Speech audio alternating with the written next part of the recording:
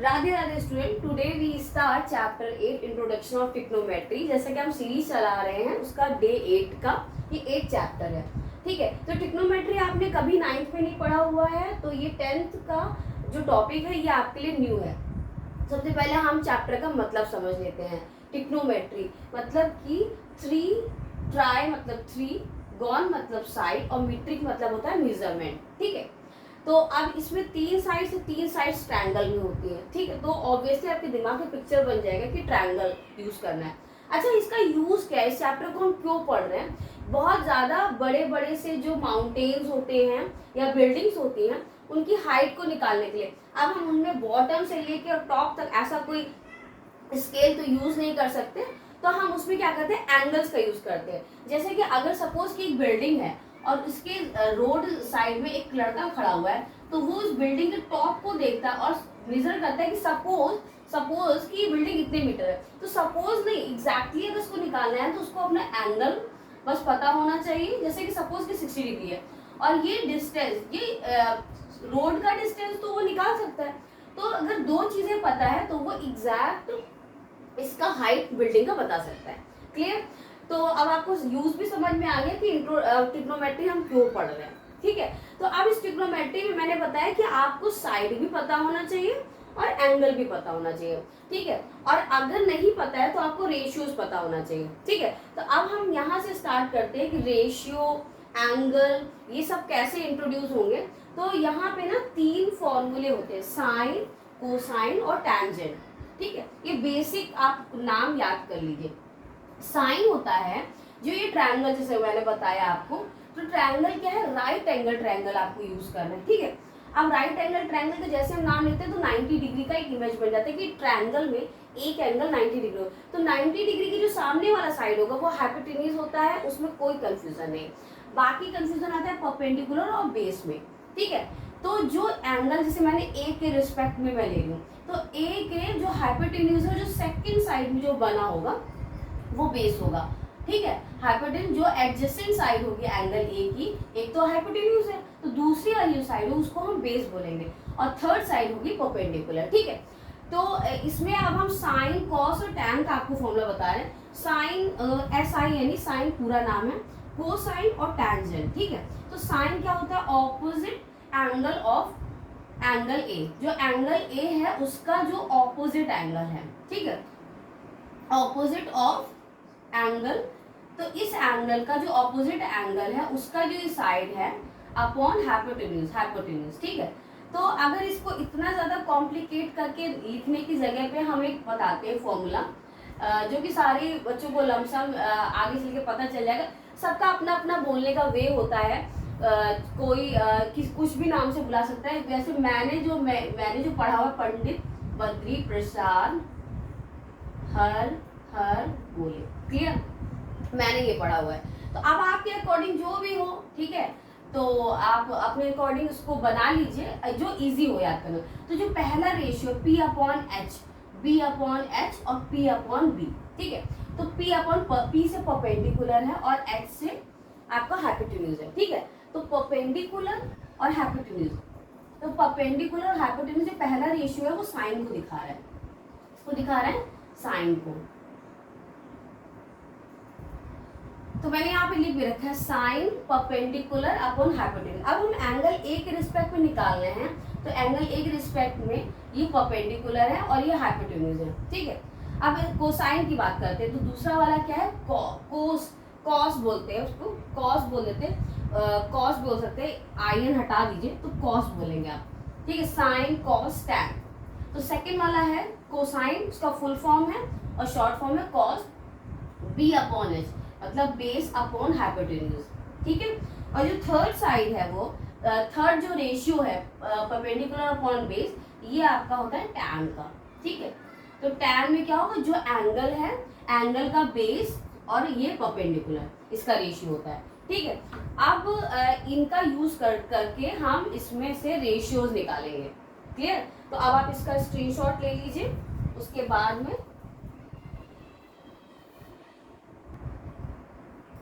तो हमने sign, cos और टैन को पढ़ लिया था कि ट्रायंगल में ये अगर ट्रायंगल है और ये एंगल ए है, एंगल ए के रिस्पेक्ट में अगर हम निकालेंगे तो 90 डिग्री फिक्स होता है, ठीक है। तो अब ये जो 90 के सामने वाला जो होता है वो हाइपोटेन्यूज होता है, और जो एंगल का ए का जो दूसरा एडजेसेंट साइड होगा, जिसमें दो, जैसे कोई एंगल बनता है तो दो साइड से, तो एक तो हाइपोटेन्यूज होगा, दूसरा वाला जो होगा वो बेस होगा, और जो थर्ड साइड बचा वो परपेंडिकुलर है, ठीक है। अब इस एंगल ए के रिस्पेक्ट में मैं सारे फॉर्मूले साइन कॉस टैन के मैंने लिख रखे हैं, ठीक है। और मैं ये बता दिया कि पंडित बद्री प्रसाद हर हर बोले, ये वाला एक शॉर्टकट है। पहला रेशियो साइन का है, दूसरा आपका कॉस का, थर्ड वाला जो है वो टैन का है, ठीक है। बस ये लर्न करना आपके लिए आसान होगा थोड़ा, तो इसलिए मैंने ये शॉर्टकट बताया, ठीक है।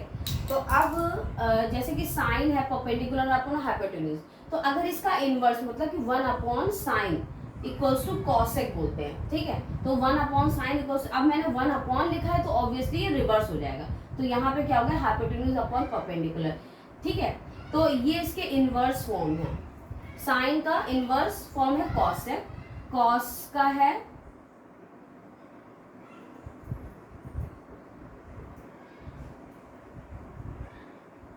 का है सेक, टैन का है कॉट, ठीक है। तो आप इसको भी एक बार लर्न कर लेंगे, क्योंकि क्वेश्चंस में अगर आपको डायरेक्ट साइन 60 ना बोल के कॉसेक 60 बोलेगा, तो आपको उसको रिवर्स करके हाइपोटेन्यूज और परपेंडिकुलर के फॉर्म में लिखना है, ठीक है। तो आप इसका स्क्रीनशॉट ले लीजिए।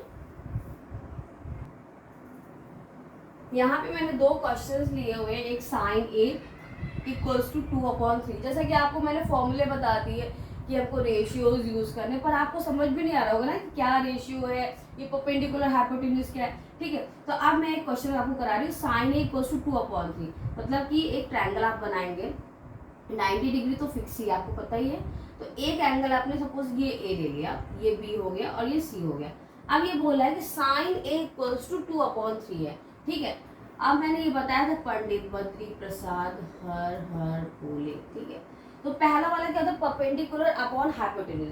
तो अगर साइन दिया हुआ है तो पहला वाला परपेंडिकुलर अपॉन हाइपोटेन्यूज दिया होगा, तो परपेंडिकुलर अब ए के रिस्पेक्ट में मैंने ये बताया था आपको, ये बेस है, ये हाइपोटेन्यूज है और ये परपेंडिकुलर है, ठीक है। तो अब परपेंडिकुलर आपका कितना हो गया 2 और हाइपोटेन्यूज हो गया आपका 3, ठीक है। तो अब आपको बेस निकालना, तो आपको पाइथागोरस थ्योरम लगानी है कि 3 का स्क्वायर माइनस 2 का स्क्वायर इक्वल्स टू बी का, ये मतलब जो भी थर्ड साइड आपकी है सी ए का स्क्वायर, ठीक है। 9 minus 4 equals to C A का square, 5 equals to C A का square, C A equals to √5, ठीक है। तो आपका ये वाला जो बी जो ये बेस है आपका, ये आपका आ गया √5, क्लियर। अब आपके पास तीनों साइड्स हैं, तो बस आपको क्या करना है, वैल्यूज पुट करनी है और 6 रेशियोज बता देने हैं, ठीक है। 6 क्या होते हैं, साइन ए, और सब रिस्पेक्ट ए में बताना है, to आपको बी के रिस्पेक्ट में कुछ भी नहीं बताना, तो आपको बस ऐसी 6 रेशियोज बता देने हैं, cos A, tan A, cosec A, sec A और कॉट ए, ठीक है। ये नीचे आपकी मैंने इनवर्स फॉर्म लिखी हुई है, आपको पता है कि इनको बस रिवर्स करके लिखना है और कुछ भी नहीं, ठीक है। तो साइन ए आपका होता है perpendicular upon hypotenuse, perpendicular this upon hypotenuse, ठीक है। दूसरा है आपका कॉस होता है बी अपॉन एच, तो बी क्या है, बेस आपका √5 अपॉन h3, ठीक है। थर्ड क्या है, टैन पी अपॉन बी, तो परपेंडिकुलर क्या है 2 अपॉन बेस, ठीक है। अब ये क्या है, रिवर्स है, तो आप इनको डायरेक्ट रिवर्स मैंने बताया था कि ये इनको रिवर्स करके आप लिख सकते हैं, तो आप इसको डायरेक्ट 3/2, 3 अपॉन √5 और √5 अपॉन 2, ठीक है। ये डायरेक्ट मैंने लिख दिया, ठीक है, क्लियर। अब हम आते हैं नेक्स्ट क्वेश्चन में। नेक्स्ट क्वेश्चन है कि अगर इसमें आपको 2 साइड्स गिवन है और थर्ड साइड गिवन नहीं है, और आपसे पूछा है कि tan b equal to cot r है, ठीक है। तो आप देखिए, मैंने बोला कि अभी मैंने कोई भी एंगल चेंज नहीं किया, मैंने ए के रिस्पेक्ट में बात करी है, लेकिन अब इस क्वेश्चन में आपको p और r दोनों के एंगल चेंज हो रहे हैं। 90 को तो देखो, 90 को तो कोई चेंज नहीं करेगा, क्योंकि 90 को चेंज करके कोई फायदा नहीं है, ठीक है। तो अब आपको क्या करना है, इसमें एक बार आर लेना है और एक बार पी लेना है। तो पहले तो आपको तीनों साइड्स पता होनी चाहिए। तो मैंने अभी पाइथागोरस बताया था आपको कि 13 का स्क्वायर माइनस 12 का स्क्वायर। देखिए इसका मैं पाइथागोरस बता दूं आपको, फॉर्मूला लिख दूं अगर कुछ बच्चों को कंफ्यूजन हो रहा हो। आर पी का स्क्वायर, मैं साइड मतलब नेम लिख रही हूँ साइड का, इक्वल्स टू दिस स्क्वायर मतलब पी क्यू का स्क्वायर और प्लस आर क्यू का स्क्वायर। ठीक है, ये फॉर्मूला मेन होता है। तो फिर हमको जो भी निकालना होगा हम उसको शिफ्ट करके निकाल लेंगे। तो अब हमको ये वाली साइड निकालनी, तो this is the biggest side. पता है आपको हाइपोटेन्यूज सबसे लंबी साइड होती है, तो इसमें से इसको माइनस कर देंगे स्क्वायर, और स्क्वायर ही करते हैं क्योंकि पाइथागोरस स्क्वायर पे चलता है। देखिए ठीक है, तो 13 का हो जाएगा 169 और माइनस 144। ठीक है, तो आ गया 5 और 2 25 आर क्यू का स्क्वायर आया होगा। ठीक है, तो आर क्यू क्या आ जाएगा आपका √25 इक्वल्स टू 5। तो ये क्या हो गई आपकी 5 हो गई। ठीक है, अब आपको निकालना क्या था, tan p। tan होता है परपेंडिकुलर अपॉन बेस। p के रिस्पेक्ट में बता रहे हो, p ये है p। ठीक है, तो एक तो साइड आपकी 90 डिग्री वाली है, और जो एक तो साइड 90 डिग्री के सामने वाली तो हाइपोटेन्यूज है, और जो दूसरी बचती है उसको हम बेस लेते हैं। हमने आपको भी पहले बताया था कि जो एक तो साइड 90 डिग्री वाली होती है, 90 डिग्री के सामने वाला क्या होता है, हाइपोटेन्यूज होता है। और जो जैसे मैं एंगल ए ले रही थी तो मैंने ये हाइपोटेन्यूज हो गया, तो ये दूसरा वाला क्या होगा, बेस होगा। अब जैसे मैं इसकी बात कर रही हूँ कि आर की बात, पी की बात कर रही हूँ, पी ये एंगल है। ठीक है, तो पी के लिए अगर मैं बोलूँ कि ये हाइपोटेन्यूज है तो बेस क्या आ गया 12 आ गया। तो परपेंडिकुलर अपॉन, अब परपेंडिकुलर क्या 5 अपॉन परपेंडिकुलर क्या हो गया इसके लिए 5 हो गया, और बेस क्या हो गया 12 हो गया। ठीक है, ये मैं tan p के लिए मैंने लिखा हुआ है। अब मैं cot r के लिए लिखूं, तो cot r के लिए ये हो जाएगा, cot r मैंने जैसे ही लिया तो मेरा बेस ये हो गया और ये परपेंडिकुलर हो गया। अब परपेंडिकुलर अपॉन बेस, तो परपेंडिकुलर हमारा क्या है cot r के लिए, परपेंडिकुलर हमारा 12 है और अपॉन बेस क्या है आपका 5 है। ठीक है, तो ये क्वेश्चन में बोल रहा था कि दिस इज इक्वल और नॉट। ठीक है, तो ये इक्वल तो नहीं होगा।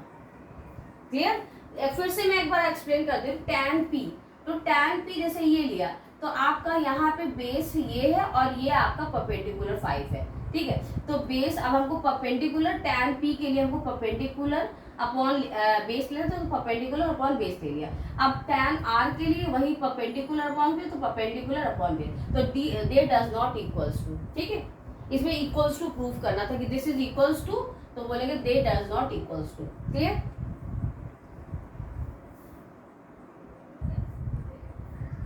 ओके, तो अब हम आ जाते हैं, हम लोगों ने इंट्रोडक्शन पार्ट कंप्लीट कर लिया, ट्रिग्नोमेट्रिक रेशियोज कंप्लीट कर लिए। ठीक है, रेशियोज मतलब कि जैसे कि आपको एक ट्रायंगल का रेशियो है, मैंने साइन ए दिया हुआ था, साइन ए अभी हमने 2/3 दिया था ना, तो फिर हमने थर्ड साइड उसकी निकाली, और बाकी सारे के सारे 6 रेशियोज, जो हमें 6 रेशियोज कहते हैं, वो सारे के सारे हमने रेशियोज फाइंड आउट किए। ठीक है, आप उसको रिवर्स करके, अगर आप भूल गए तो रिवर्स करके आप देख लीजिएगा। ठीक है, तो trigonometric ratios of some specific angle. अब हम यहाँ पे आ रहे हैं, रेशियो ऑफ कॉम्प्लीमेंट्री एंगल और ट्रिग्नोमेट्रिक आइडेंटिटीज।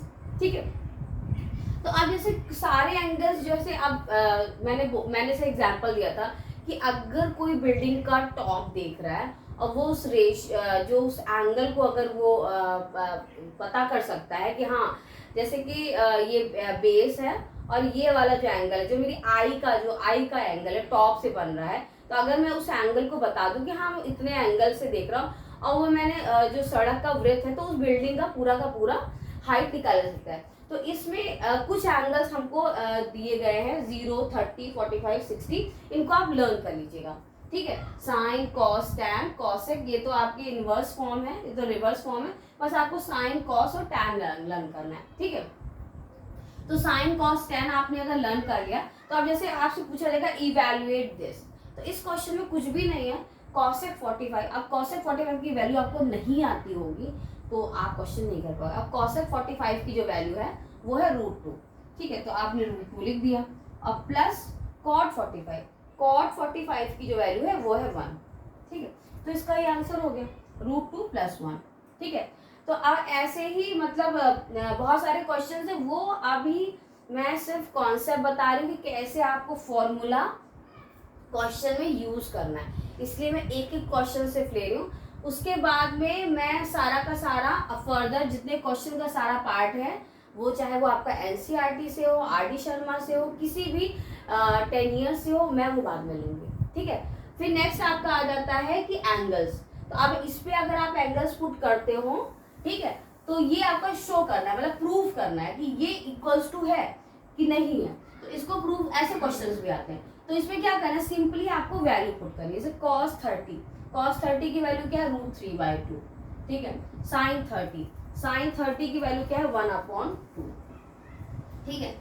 1 प्लस cos 60 की वैल्यू है हाफ, ठीक। और sin 30 की वैल्यू है 1/हाफ, ठीक है। अब आपको इसको सिंप्लीफाई करना है और बताना है कि √3/2 आ रहा है, ठीक है। तो √3/2, अब अगर इन दोनों का एलसीएम लेके हम करेंगे तो √3 + 1/2 आ जाएगा, ठीक है। और अगर हम इसको हाफ अगर आप ऐसे भी करो तो 1 हो जाएगा, और 1 + 1 2 हो जाता है, ठीक है, 2 आ गया। अब अगर आप इसको रिवर्स करके मल्टीप्लाई करोगे तो आपका 2 ऊपर आ जाएगा, ठीक है। क्लियर?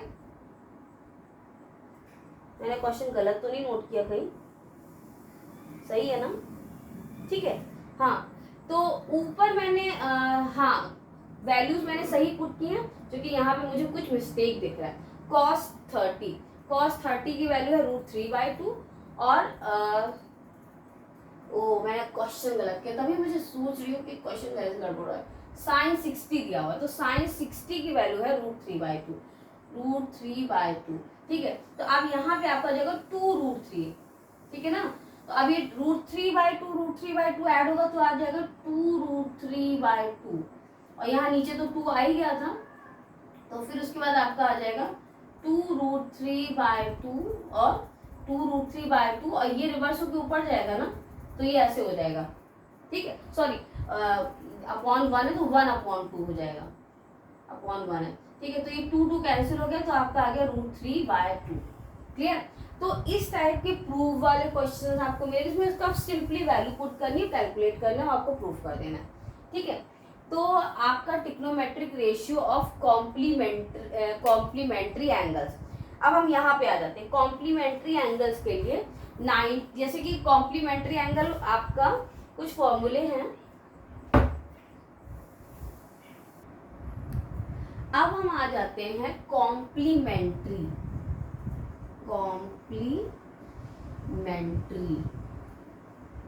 ठीक है। कॉम्प्लीमेंट्री एंगल क्या होता है? कॉम्प्लीमेंट्री एंगल होता है जैसे कि जो 90 को जैसे को कंप्लीट करता है। जैसे अगर मैं बोलूं कि 30 का कॉम्प्लीमेंट्री क्या होगा, तो आप 90 से 30 को माइनस कर दोगे और बोलोगे कि आपका 90 में से 30 गया तो आपका 60 डिग्री आ गया, तो 30 का कॉम्प्लीमेंट्री डिग्री क्या हो गया, 60 डिग्री, ठीक है। तो कॉम्प्लीमेंट्री एंगल तो आपने 6th क्लास में पढ़े।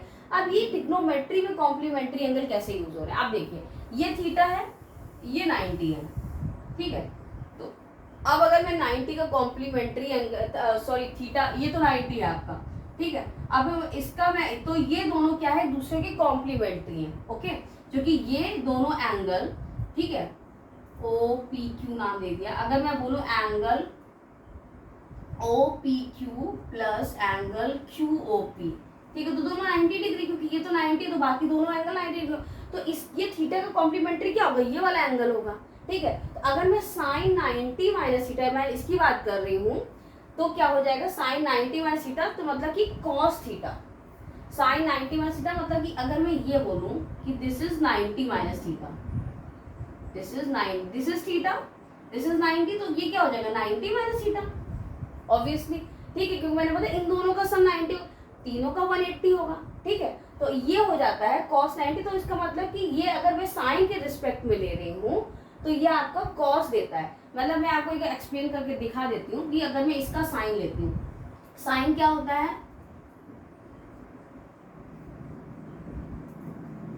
Perpendicular upon hypotenuse. अब मैं इसको ले रही हूँ 90, sin 90 वैसे, तो परपेंडिकुलर क्या हो गया, ये तो आपका हाइपोटेन्यूज है ही है, ठीक, और ये बेस है, तो परपेंडिकुलर क्या हो गया आपका, ये हो गया OQ अपॉन हाइपोटेन्यूज तो आपका सेम रहता है ओपी, ठीक है।